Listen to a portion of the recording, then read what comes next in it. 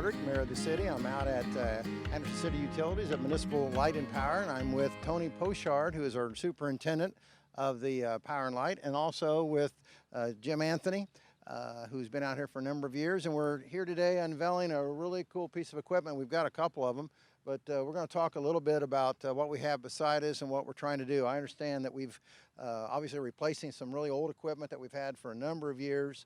That's really went near beyond its useful life, and we want to get some better equipment for the guys to work with and be more efficient and safer and so forth. So Tony, tell us a little bit about this piece of equipment, but in general, what our fleet looks like now and what we're planning on doing.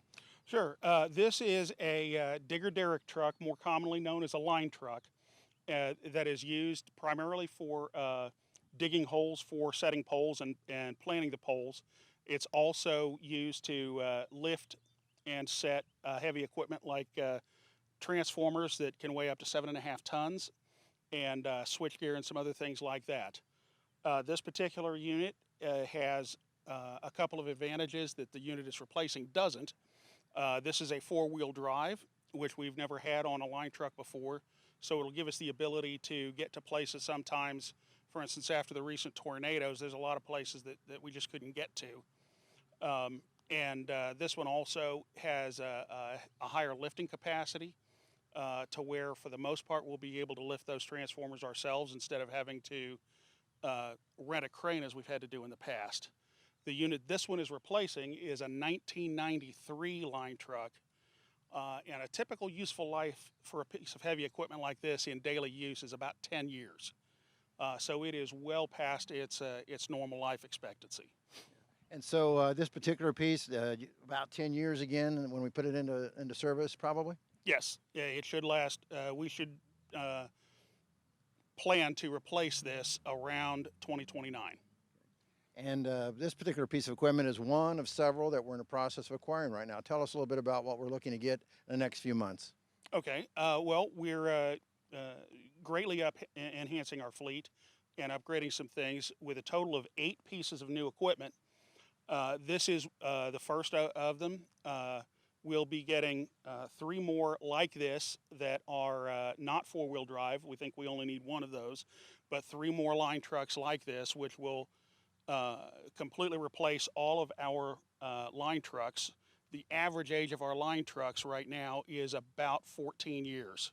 No, actually, I take that back. It's about 17 years. And so this is going to help a lot. We've had some issues. We've had a lot of issues with vehicles, with these machines needing to go in the shop for days at a time.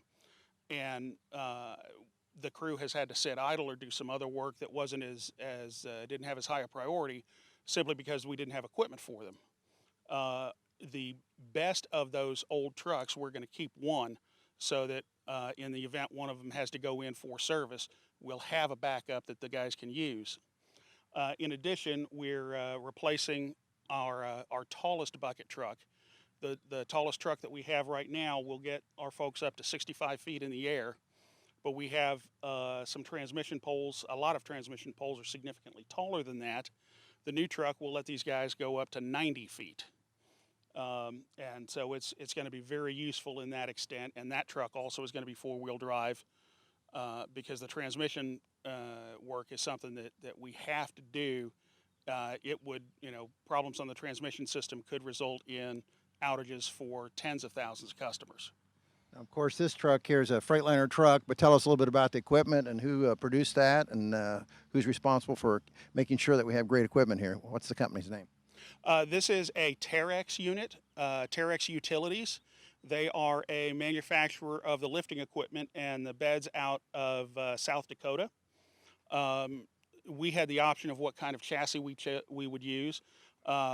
There's a lot of options for Freightliner service here, more than any other possibility. So Freightliner, and Freightliner's been very good to us for a lot of years. But Terex is one of the largest, if not the largest, manufacturer of this type of equipment in North America. A lot of experience. They've been doing this. They also make a lot of the cranes that you see on the road and boom trucks. Let's talk a little bit about interesting piece of equipment behind us here. I know they've taken some pictures earlier, but the easement machine. Talk a little bit about that. Sure. The easement machine is designed to allow us to have that lifting equipment, and in this case, to be able to use a bucket in an easement where there's not road access and we can't get a truck to. A lot of these, we have a lot of poles in people's backyards on the property line between two parcels, and there's just no way to get a truck to it. The easement machine is a tracked vehicle, so it minimizes any damage to the grass. It can go on grass a whole lot easier, and the tracks actually will retract to be only 34 inches across to be able to go through a standard fence gate. And then once it's through, they can widen back out to their regular 47 inches for stability. That particular easement machine will allow the guys to go up to 58 feet above ground to work on poles in those backyards and replace transformers or repair lines or whatever else is needed without having to climb, which although all of our guys are capable of climbing, they do climb. It takes a lot more time and a lot more people to get the heavy equipment in and out. Now, these two pieces of equipment, of course, been on order for a while. We finally got them in. The other piece of equipment we just discussed, they're on order. Takes a while to manufacture them. About when do we think those will all be in by? I am anticipating that all of our new equipment is going to be in here by November. Definitely by the end of the year, at least according to the manufacturers. We should be receiving the other new vehicles here about one every month or every other month for the rest of the summer. And the purchase of this, was it able to be done through a lease purchase arrangement for the most part? I think we did have a little bit of a cash outlay for the easement machine, but otherwise it's a lease purchase. Is that right? That's correct. The total for all 8 of these vehicles is almost $2 million. And that's a little more than we wanted to spend in cash flow because of the need for other work. So through the controller and your office, we were able to get a capital lease through Star Financial Bank at very good terms. And so these will be paid off over time.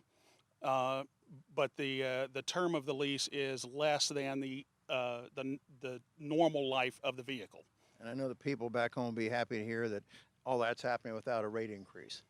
Absolutely. As a matter of fact, over the last 3 years, our rates have actually dropped.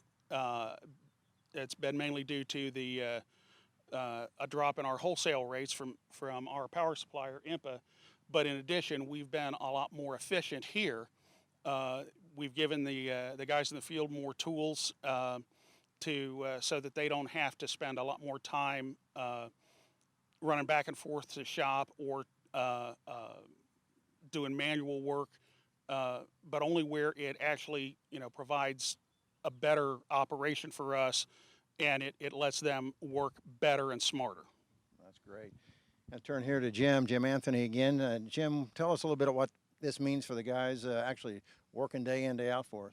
Well, this piece of equipment, like with the other equipment that we're getting in, they're going to be newer. They're not going to break down. They're going to be safer equipment for us to work with, things that we can rely on. We lift a lot of heavy loads and poles, transformers, and stuff, and we got to rely on this equipment to work for us and not fail. What are some of the interesting features on this that are maybe a little different than what we've had in the past? These are new digger derricks. They'll be remote control, so we'll actually be able to stand out with a remote control and operate this truck, which makes it safer for us because we can actually be right there with the work versus being on the back of a truck and not being able to see in certain locations. So up until this time, you either had to be at the back of the truck or up in the bucket itself to actually operate. That's right. Yeah, we stood on the back. Yeah. So explain to the folks at home how many folks are usually on a crew, and how many folks go out on a particular job. On a typical day, there's usually 3, possibly 4 men on a crew. That can change, depending on the type of work that we have and where they're sending us that day. And tell us a little bit about the easement machine. What do you think? How do you think that's going to work out? That's going to work out really well. The height of that machine that allows us to get in the air, we can get to a lot more things. And like Tony was saying earlier, it does make our job easier. And we are all capable of climbing, and we still climb. But we're much safer for us as workers to be in that bucket working on hot primary than we are off of pulp.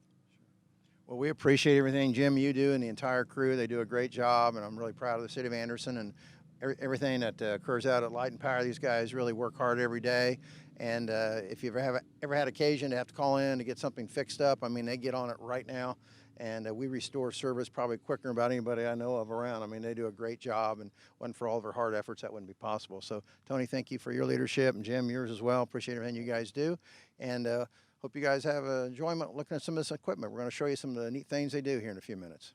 Thank you, Mayor. Thanks, Thank you, guys. Mayor. Appreciate it.